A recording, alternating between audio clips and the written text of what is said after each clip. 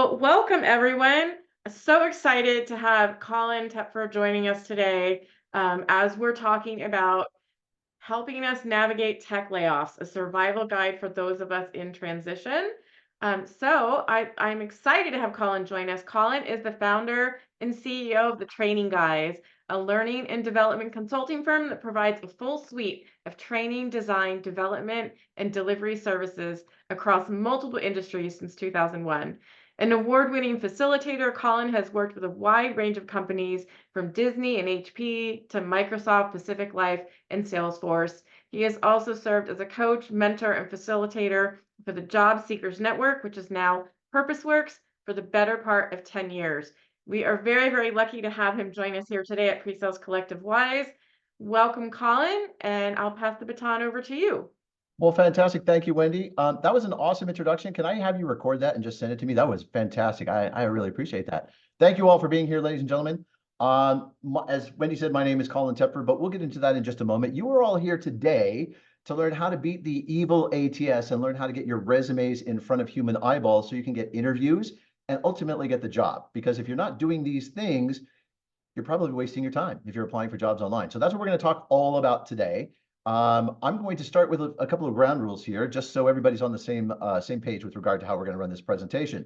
This will be a high velocity information packed session. As you can tell, it seems like I've had 15 coffees this morning. This is me on no coffee. Can you imagine living with me if I had coffee? So you'll want to pay attention. You can take notes if you want to, but you don't need to because this session is being recorded.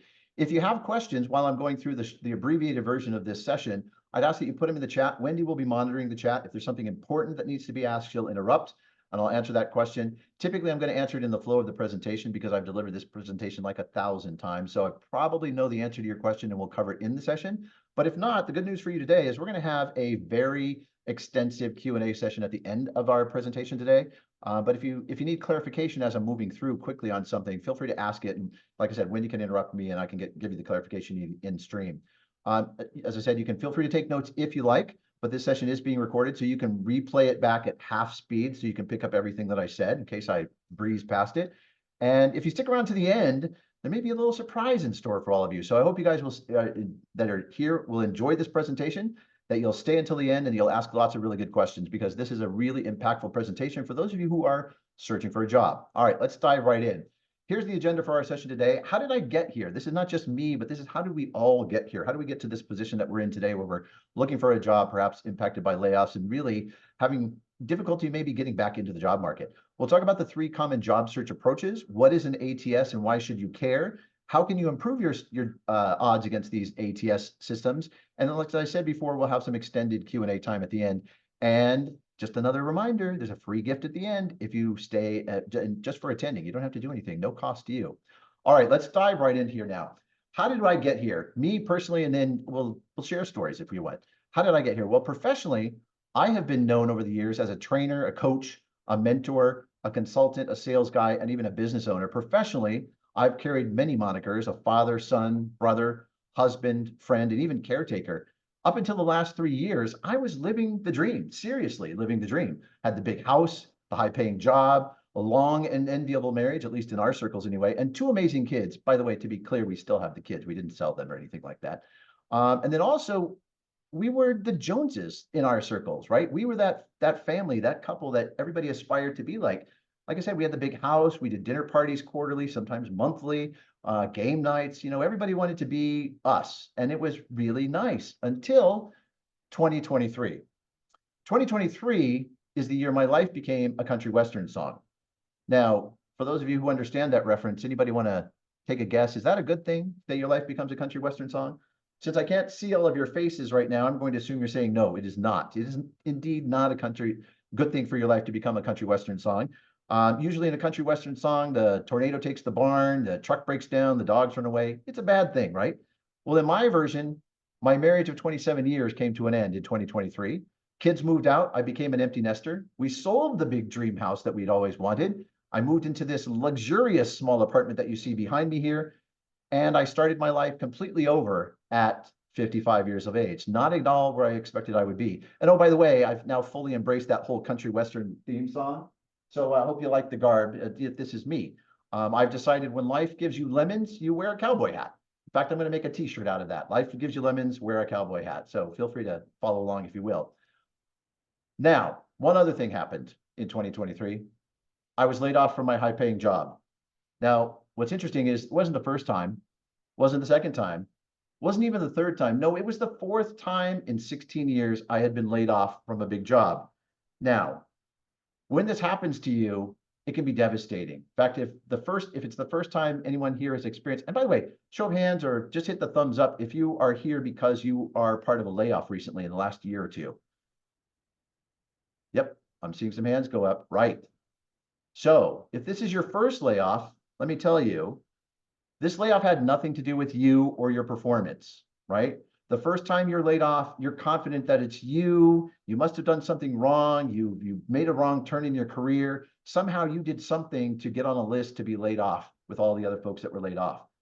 It's not you. It's just the way things work now. The second time you're laid off, as I have been, the second time you're laid off, you're confident it's you because you're the common denominator between the first two layoffs, right? It must be you. The third time it happens, you start to question, wait a minute, maybe this has nothing to do with me at all. And the fourth time it happens, you start to realize, unfortunately, this is just the way that business works now. Employees are dispensable.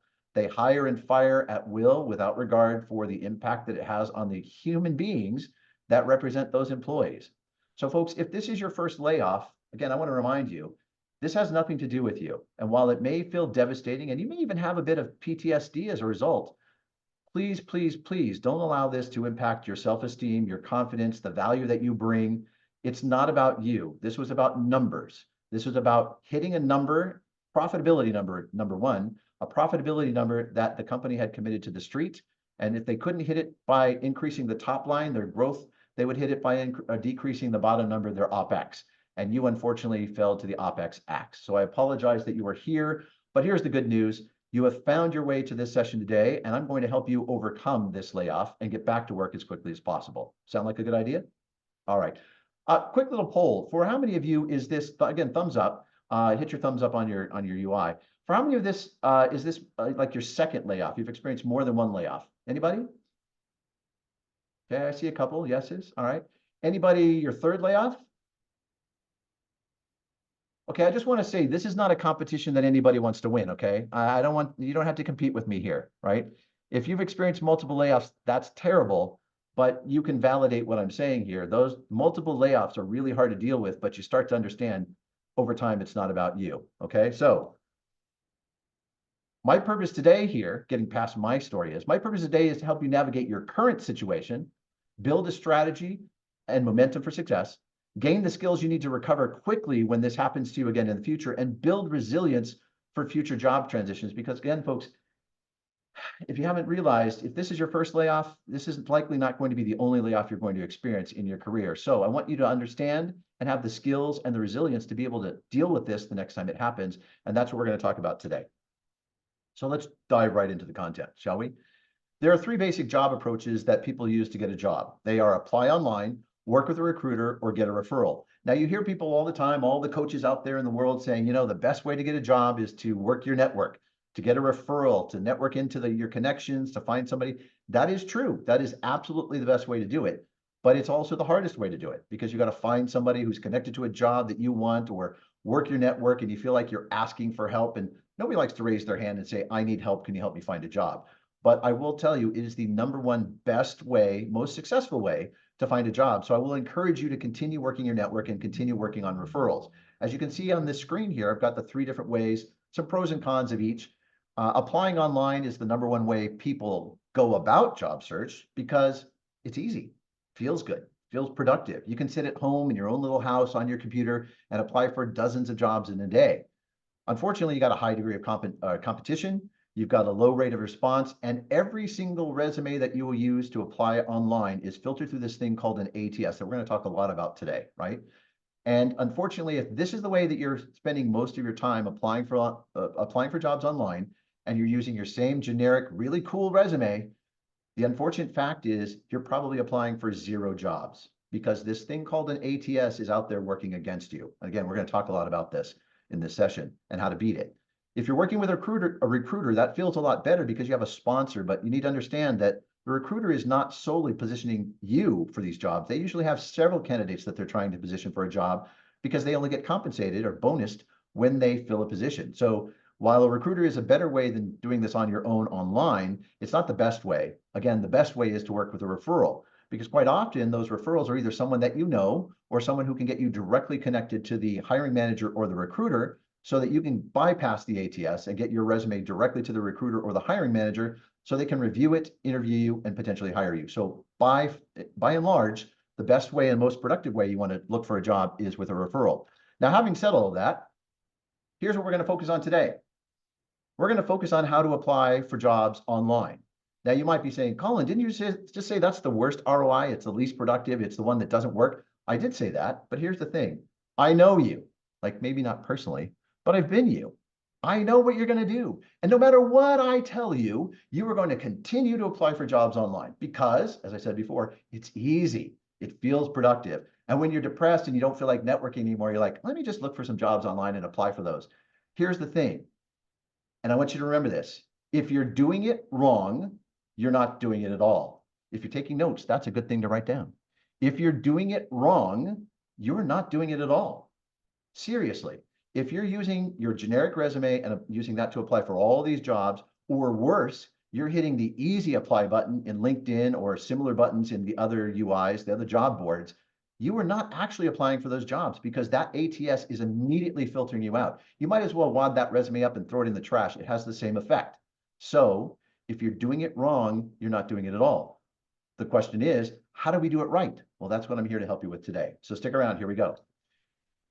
Let's talk briefly about what is this ATS thing and why it matters. Why should you care? ATS stands for Applicant Tracking Systems. And if you've ever interacted with a software product called Workday or Talio or any of the other hundreds of applications that are out there that are often referred to as HRIS systems, those also serve a purpose as an applicant tracking system, meaning when you go to apply for a job, you'll apply against a URL that might say workday.thecompanyname.com or talio.thecompanyname.com or whatever that is. That first part is the ATS that you're applying to. You're putting your resume into that ATS system. That ATS has an algorithm. And what it's doing is it's comparing your resume and all the criteria that we're going to look at here in just a moment to the job description. And it's giving your resume a ranking. If you're not getting a high ranking in that comparison, it immediately rejects your resume, like immediately, within seconds. So as soon as you hit that apply button, you're already disqualified if you're not doing all the things we're going to talk about here today. Make sense? All right. Our job is to, if we're doing it right, to become the best match for the position, but the ATSs are constantly working against us to filter out those who are not doing this effectively. So let's take a look at this, what it looks like by the numbers. If you've ever been a hiring manager, you know that as soon as you put a job posting out there, you can get hundreds of applications right away. It's not uncommon for me to post a job and within an hour or two, I might have 250 applications for a job. That's crazy numbers, right? Certainly overwhelming. No hiring manager or recruiter can go through all of that and find the best candidate themselves. It's just too many applications. But that's typically what happens.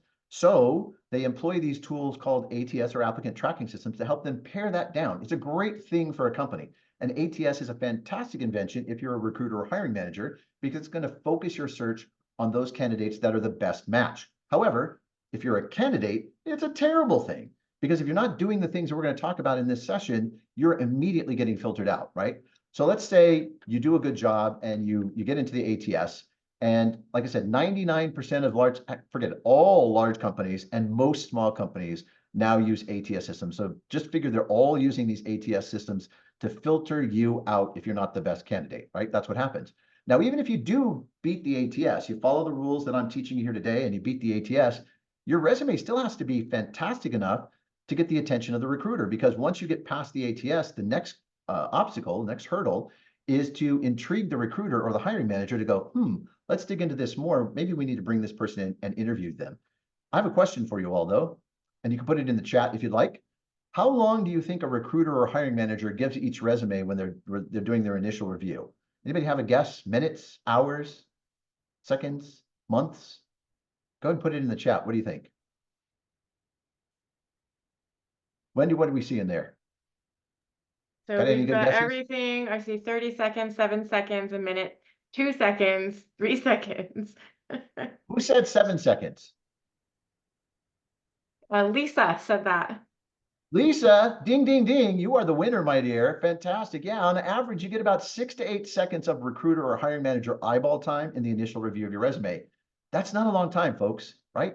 We're in a microwave, internet, TikTok society, right? You get 6 to 8 seconds to impress that recruiter enough for them to move you from this pile to this pile. If you don't do both the great job with the ATS and a great job impressing the recruiter, your resume stops right there. This is a terrible game that we're playing. It's terrible. The rules are stacked definitely against us as candidates, right? Well, let's say you get past the ATS, the recruiter says, yeah, I like this. I think I want to bring this person in. How many people do you think actually get called in for interviews based on, let's just call it 250 on this screen. How many people do you think would actually get called in for interviews based on this 250 number? Again, go ahead and type it into the chat if you will. Just give me a chance to take a drink. All right, Wendy, what are we seeing? Right. I see less than 10, 25, 5 to 10. I guessed 4. 4, you guys 4? All right. Well, you guys aren't wrong. It's about 2%, honestly. So out of 250, that amounts to about 5. Aren't those crazy numbers? 5 people might get called in for an interview out of 250 applications. And of course, the goal here is to be that one person who gets hired over here on the right-hand side, right? What do you think happens to all those other 249 people? They get rejected. Rejected. One person out of 250 gets that job and the rest get rejected. And here's the bad news, folks. Most of those people were rejected within seconds of applying for the job because they didn't do what I'm teaching you here in this session today, and that is customizing your resume and doing it quickly and easily so it doesn't take all day to customize your resume, right? I'm going to show you how to do that. All right, moving on. Our primary objective today is to teach you that. Now we're going to shift gears a little bit and talk about how you can improve your odds against the ATS, and I have a commentary on my presentation so far.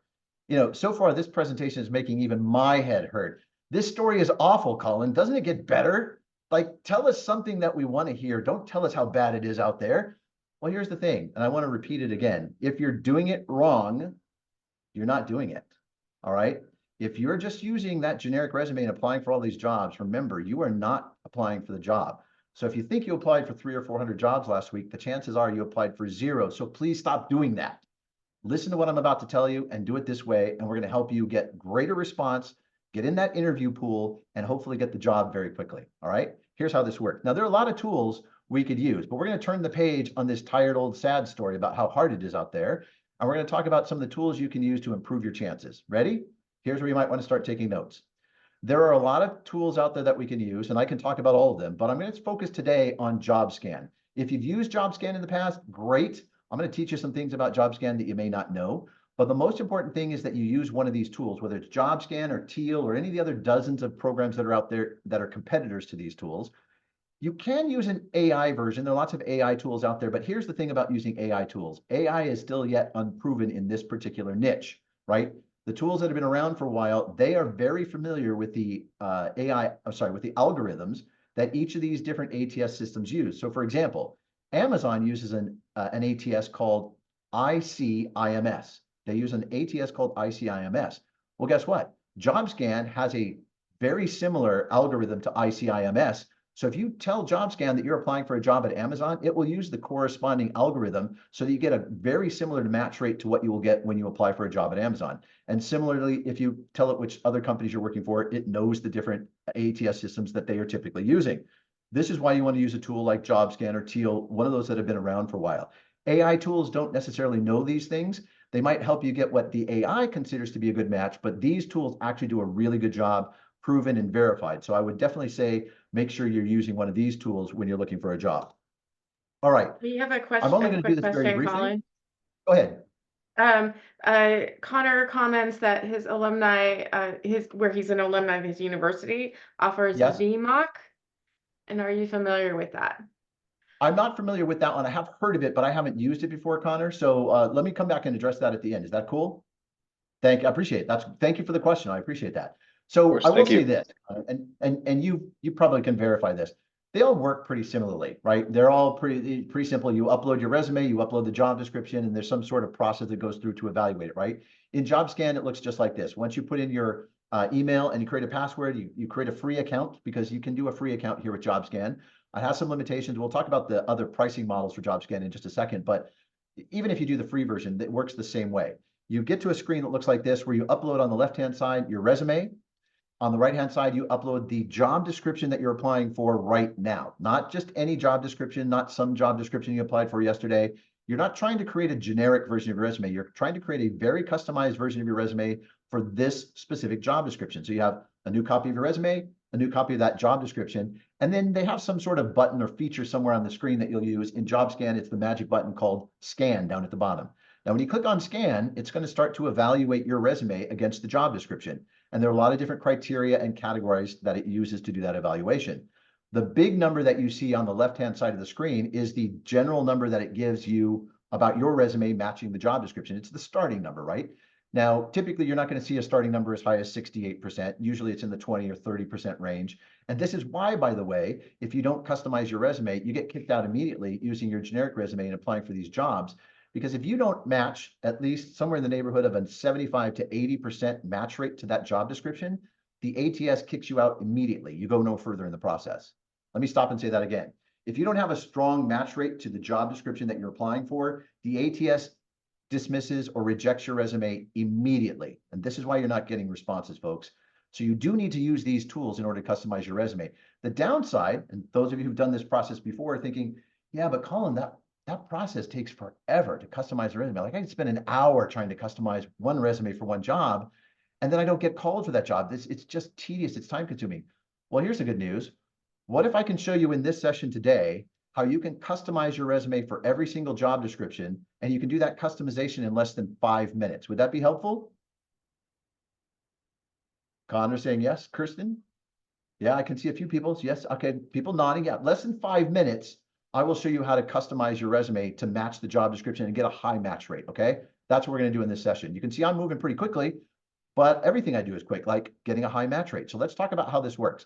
You can see on the right-hand side of the screen, there are 5 different categories that JobScan, in this case, is comparing my resume. These categories are ATS findings. You remember we talked about ATS, applicant tracking system. Recruiter findings, because remember, we want to not only beat the ATS, but we want to get the recruiter to like our resume as well. Skills matches, which is the most important of all the categories that we have in this report. And then finally, format checks, which seems simple enough, but there are a couple of gotchas here that I want to make sure you understand, because you can have the best resume, but if you make these formatting mistakes, your resume is also going to get rejected immediately. So I'm going to talk about those. And then if you want to scan a cover letter, it also does a cover letter scan for you. We didn't do that in this case, even though it gave us a score for that. All right. So under ATS findings, as we continue down the JobScan report to get more details, you can see in the skills and keywords section, there are 2 important high-value skills that are missing and 13 other hard and soft skills that are missing from my resume. This is the biggest bang for my buck. This is where I want to spend the most time in adding those skills and those keywords into my resume. And I'll show you exactly how to do that in just a moment. You can see job title matches in here. And I want to talk briefly about this one. The job title match, if you're applying for a job, the title of your resume should match the title of the job description. Now, oftentimes I'll get a heavy amount of debate on this topic. I'm not talking about changing any of your job roles that you've ever had in your background, in your work history. We're talking about the title of your resume. So for example, if I'm applying for a senior software engineer role, that's the job description title. The title of my resume at the very top under my name and my contact information should be senior software engineer. If it's something else, or if it doesn't have all of those words in it, it's going to be deemed as not a match and could be rejected just simply on that fact alone. So you want to make sure that you're using the same title that's in the job description in your resume. Now, as long as the words are there, it can be in a different order. It doesn't have to be exactly the same.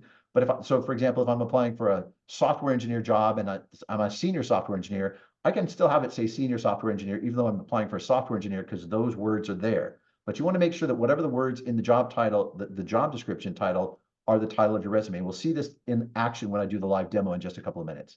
Education match is pretty self-explanatory. And then down at the bottom, we got the ATS tips, which I think I mentioned before is rather good, because if you're able to include the name of the company that you're applying for, JobScan and other tools like it know the ATS that is used and the algorithm that's used by that ATS, and they will use a similar ATS algorithm when they do their match rate here. So you'll have a similar match rate to the actual job or the actual submission that you'll be making to that company. All right, moving on. Recruiter findings. There's only a couple of things I want to talk about here. Measurable results. The second line here is what I want to talk about. There are lots of things that you can include in your resume, but one of the most important things that's trending lately is something called measurable results. And measurable results equal a number, a numeral, associated with a qualifier. So for example, if I'm applying for a sales role, I would want to say something like increase sales 300% year over year. But I want to write that out. The 300% needs to be in numerals because the ATS systems are looking for those numbers with qualifying words next to it, and it identifies those as measurable results.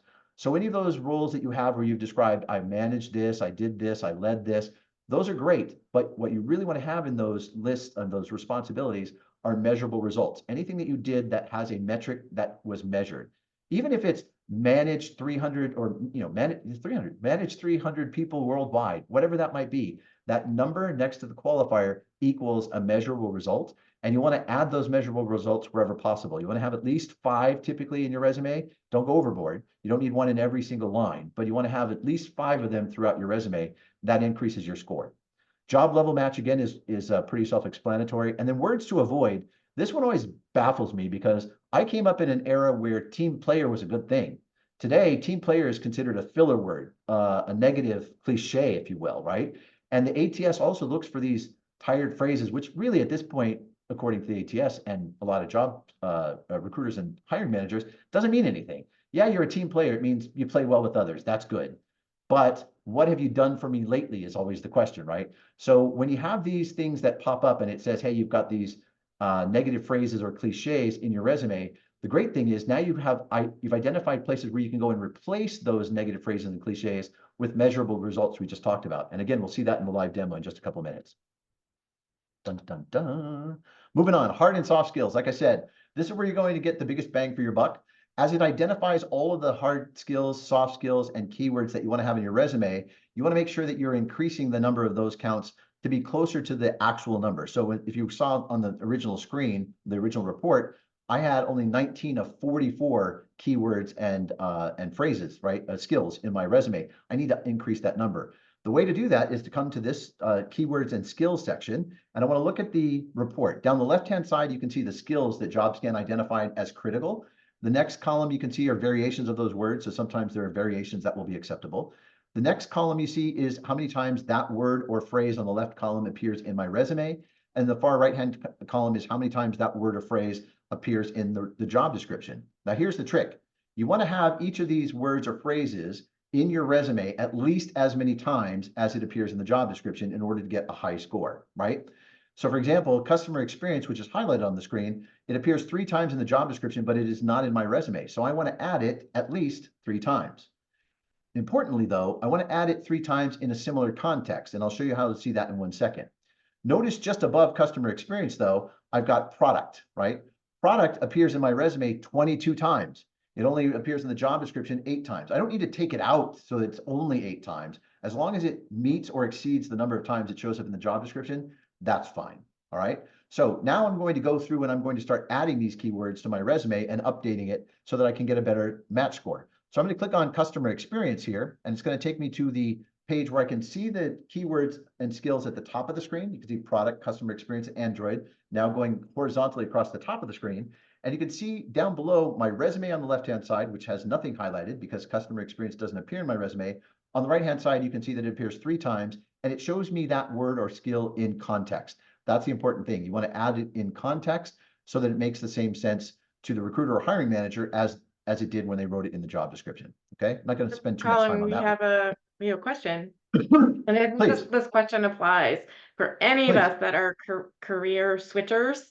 So the question is, and I can speak about the SE question specifically, Connor, but as someone breaking into the sales engineering space without any, I'm going to say previous sales experience instead of actual sales experience, how do I hit those sales word counts without being disingenuous about my experience?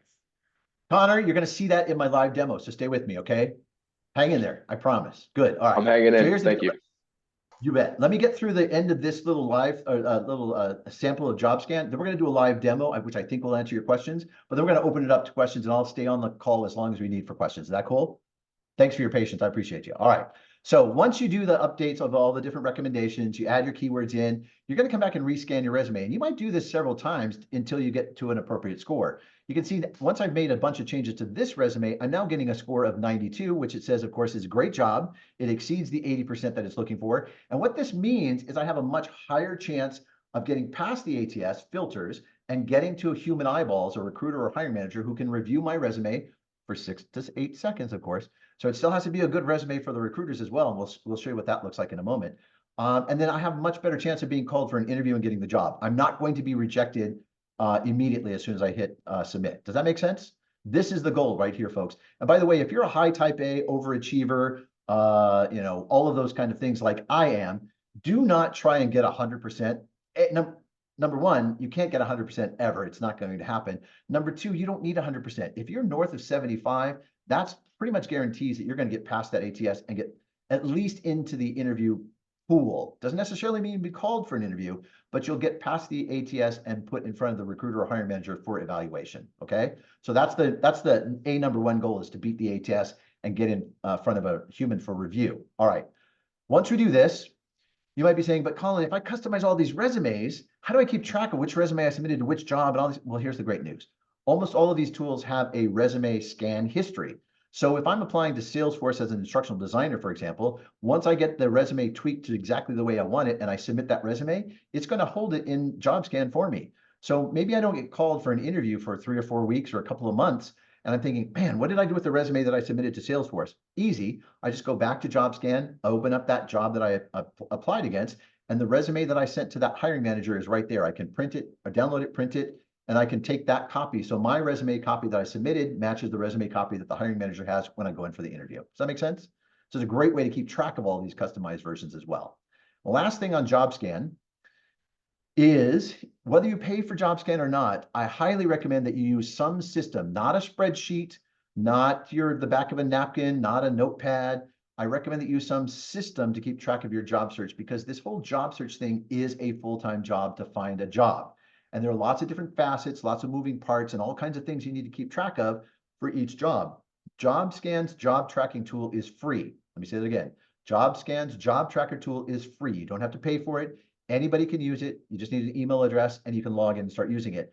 It reminds you of interviews. You can keep notes on the interviews, notes on the different contacts that you met with, all of the various and sundry items that you need to keep track of for each of the jobs that you're applying for. You can put right in there. There are fields for everything, and you can even customize it. So I highly recommend that you use a job tracker. JobScan's free job tracker is good. And like I said, I've been recommending JobScan and the free job tracker for about 10 years. Also begs this disclaimer. I am not a I'm not a JobScan employee. I'm not an affiliate. I don't play one on TV. I have no affiliation with JobScan whatsoever. It's just a tool that I've been using in my coaching business very effectively for 10 years, and I can vouch for the validity and the authenticity of this tool. So whether it's Teal or JobScan or any of the others, please use one of these and stop submitting a generic resume to jobs online, because you are wasting your time. Don't be that person that's doing it wrong, because remember, if you're doing it wrong, you're not doing it. All right.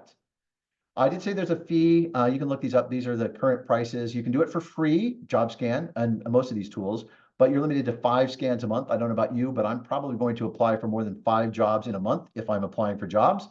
So I probably want to use the paid version. So you can go over to the right-hand side of the screen and you can do the monthly version for $50 a month, or better yet, go in the middle with the quarterly plan, because it comes with 2 weeks free, fully functional, no limits on the platform at all, 2 full weeks for free. And if you're not seeing any new traction in 2 weeks, then don't pay for it, cancel your subscription and you pay nothing, and move on and do it the way that you want to do it. But if you are seeing increased traffic to your email or what have you, recruiters are starting to notice you, then pay the quarterly fee. It's only $30 a month for 3 months at a time. And you still get full access to the entire tool. It's tracking everything that goes along with it. Whether it's, again, JobScan or Teal or any of the other tools, highly recommend using these kind of tools to do this kind of matching. Does that make sense? Questions about any of that? Good. Oh, back up. So, Colin, what about that thing you said where you could teach us how to customize our resumes in less than 5 minutes? Oh yeah, let's not forget about that. That's the most important thing. So let's take a look at the live demo here real quick. And Connor, here's where I'm hopefully going to answer some of your questions. Ready? All right, here we go. So at the top of this is my actual resume, folks. And now I'm not telling you that my resume is perfect or you should use my resume, but everything that's in my resume is what I teach in my coaching courses and what I teach in this session here today. So we're going to start right at the top with my contact information. Here's a gotcha that you may not know.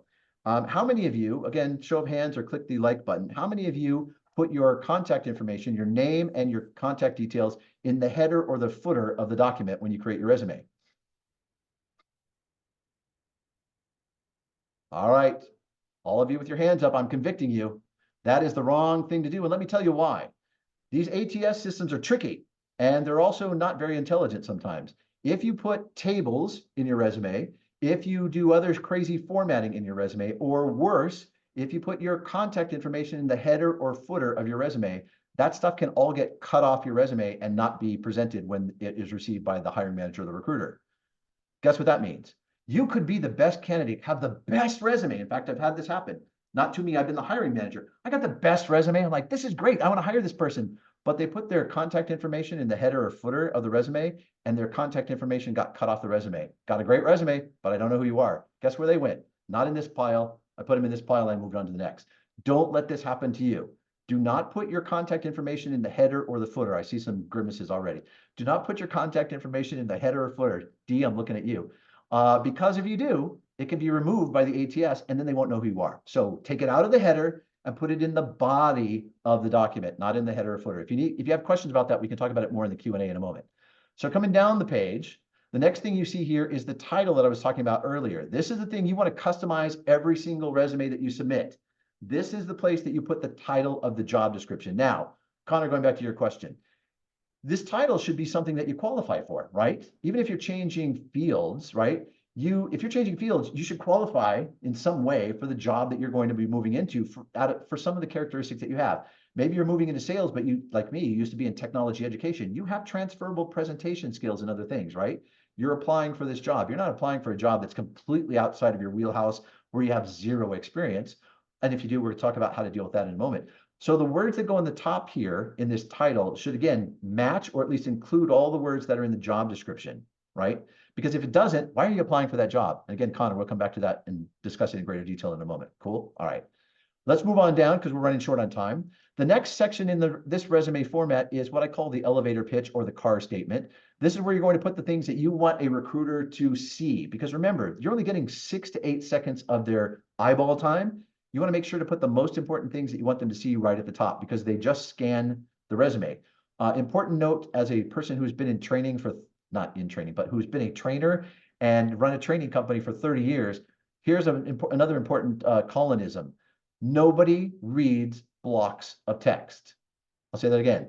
Nobody reads blocks of text. Nobody even really scans blocks of text. If you have a big, thick block of text, you better have the most important words in that block of text at the very beginning of that paragraph. Otherwise, it's not going to be seen, right? So we're going to show you how to deal with blocks of text here in a moment. But even your car statement or your elevator pitch needs to be brief and it needs to be ordered with the highest priority stuff at the beginning of that block of text. So you can see mine, helping turn customers into raving fans. That's what I want anybody who's looking at my resume to know. I turn customers into raving, not just fans, raving fans, right? I'm a high energy I don't think anybody would argue that I'm a high energy, self-motivated guy right now. I think you're all on board with that, right? You put those very important things at the beginning of that because again, the recruiter is really going to scan this first. That's the first review they're going to give you your resume. And you want them to see the things that you think are most important. All right, moving down the page. The next section is what I call your key skills. This is where all of those key skills that we saw in JobScan, you want to make sure that they show up here. This is the first of several places that you can put them in your resume. So if you need to add keywords or skills to your resume, this is one of the first places you can do that. Replace words that are not found by JobScan with words that are found by JobScan. And another thing that's important is JobScan typically ranks those keywords by priority. So you want to put the ones that show up at the top at the beginning of this list and those that show up later ordered, down through the rest of the paragraph. Now, I have a separate document called key skills that I keep, a Word document. In fact, I actually have it in LinkedIn. I'll show you that in another class that I might come back and teach later called Optimizing LinkedIn for Greater Results. That's a pitch, by the way. So if you're watching the recording, sign up. But keywords and skills, you got to have a separate document for those. So you've probably collected a lot of keywords and skills that you have through all the jobs that you've had. You're not going to list them all here, but the ones that are practical and important and pertinent to this job, you want to make sure they show up here. So take all those keywords from JobScan and just paste them and copy them right into here. Okay. The next section that I typically use is something I call select accomplishments. And again, you'll notice I bulleted these, and these paragraphs are very brief, 2 or 3 lines max. This is where I take things out of my history, things that I'm proud of, things that I've done, accomplishments, maybe things that are relative to the new industry, Connor, that I'm moving into, that are relative from my actual experience, like transferable presentation skills or other things that I have, or some program management skills, what have you. You might put those right here, things that you've accomplished that you want to make sure that get surfaced and not buried in the rest of your job descriptions. Make sense? Cool. And we're coming to the end of our session rather, and also to the end of my lecture and my live demo, so we can do the live questions. So the next sections that I'm going to talk about here briefly are professional experience. And you'll notice in my professional experience, under each of the job descriptions, I have this line called competencies right here that I've just highlighted. Competencies is another add-in that I recommend that you have in each of your job descriptions, where again, you can copy and paste in those keywords or those skills where appropriate. And that's the most important thing. You don't just want to paste them in willy-nilly. Like if I didn't perform customer experience in my director of training employment coach role, well, don't paste customer experience in here in the competencies, because when you do that, the chances are very high that the hiring manager is going to go, oh, Colin, I see you said you did some customer experience here in that director of training role. Tell me a little bit about that. Well, I can't. I just copied that and pasted it in because I needed to add another skill or keyword to my resume, and that was a good place to put it. That is not the answer you want to give to a recruiter or hiring manager, right? So again, only paste those words or key phrases or skills into these competencies section where those skills are appropriate to that job role. Make sense? Connor, nod, so I know. Fantastic. I appreciate you. You're right up there in the corner, man. I appreciate you. Thanks for the feedback. And then last but not least, as I scroll down the page, the last things I want to talk about are at the bottom on my resume, which are your volunteers, your customer service, and your education. This page right here, I'm going to bring up. Here's the thing. There's a lot of debate about whether I should include these things or not include these things on my resume. As a hiring manager, as a recruiter, and as a coach, I want to tell you, please include things that tell me that you're a human being on your resume. So if you volunteered, if you work at a school, I mean, if you volunteered at a school, or you have a special charity that you work with, or you have other skills or talents, or you have other certifications, please put those on there, because they do 2 things. First, they help round you out as a human being. And second, they give you additional attachment points to the recruiter or hiring manager, because maybe you went to the same school as the recruiter or the hiring manager. That's great. Psychologically, that makes you a better candidate than other people who went to maybe a competing school, for example. If you worked, for example, I have some mental health first aid certifications and things like that. If my folks that are, looking at my resume have a sympathetic heart to these kind of causes, that makes me more relatable to them, right? So any of these other things that you can add to your resume, my coaching advice is always, please add them. If it makes your resume too long, we can talk about that. But my resume is 3 pages long. I have a long, extensive work history. I only include the last 10 years, but I keep my resume to no more than 3 pages. But I definitely want to include these things, these intangible things that make me seem like a more relatable human being. All right, that brings this section to an end. Let's jump back over and we'll finish out our presentation. Here's the We have bottom a line, lot of folks. questions popping up, That's Colin. good. We're going to get to all of them. I'll stay on until all questions are answered. You have my commitment there. Here's the bottom line. Customize every resume for every job description. Remember what I said. If you're doing it wrong, you're not doing it, right? The way to customize it is run it through one of these tools like JobScan or Teal. Scan every resume for your initial match rate. Use the suggestions it provides to get a high match score. You want to have at least a 75% or more. And then use one of these tools to track your job search. It'll make it a lot easier for you.